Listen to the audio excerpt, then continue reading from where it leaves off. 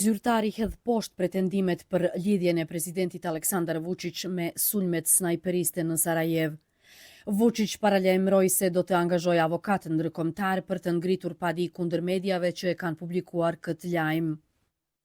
Kur nuk kam dëgjuar për një safari të tillë, por kjo nuk është e rëndësishme. Nuk kam mbajtur pushk, kam incizime, dëshmitar dhe aty ku pretendojnë se është pushk ka qenë tripodi i kamerës që e mbaja për kamermanin, tha Vučić.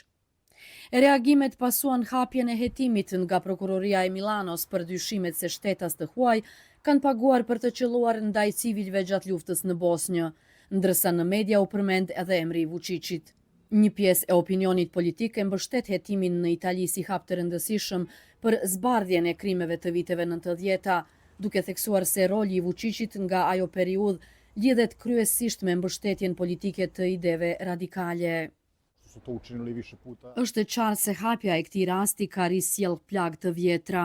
Edhe pse jam i sigurt se Vučić nuk ka qelluar në Sarajev, politika që ai përfaqësonte me Sheshelin, ideja e Serbisë së Madhe dhe dërgimi i vullnetarëve në front tregojnë se ai mban pjesë të përgjegjësisë politike për të gjitha vuajtjet e luftës, thot Aleksandar Radovanović nga Lëvizja e qytetarëve të lirë.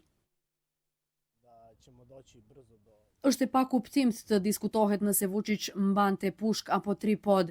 Thelbi është se ai atëherë mbështeste politikën e luftës së viteve 90-ta dhe qëndronte mbi Sarajev si promovues i saj. Nuk e pengonte Shesheli as retorika që la pas vetës qindra mijëra viktima. Problemi kryesor është pikërisht mbështetja e një politike shkatruese, tha Zoran Vuletić nga Forumi Demokratik Qytetar. Një pjesë e opinionit vlerëson se edhe prokuroria për krime lufte në Serbi duhet të nisë një procedurë të ngjajshme për të zbardhur plotësisht rastin Sarajevo Safari. Organizatat për drejtësi tranzicionale rikujtojnë se në Serbi ka shumë raste të pasgjidhura të krimeve të luftës që kërkojnë reagim institucional. Pavarësisht mohimit të Beogradit zyrtar,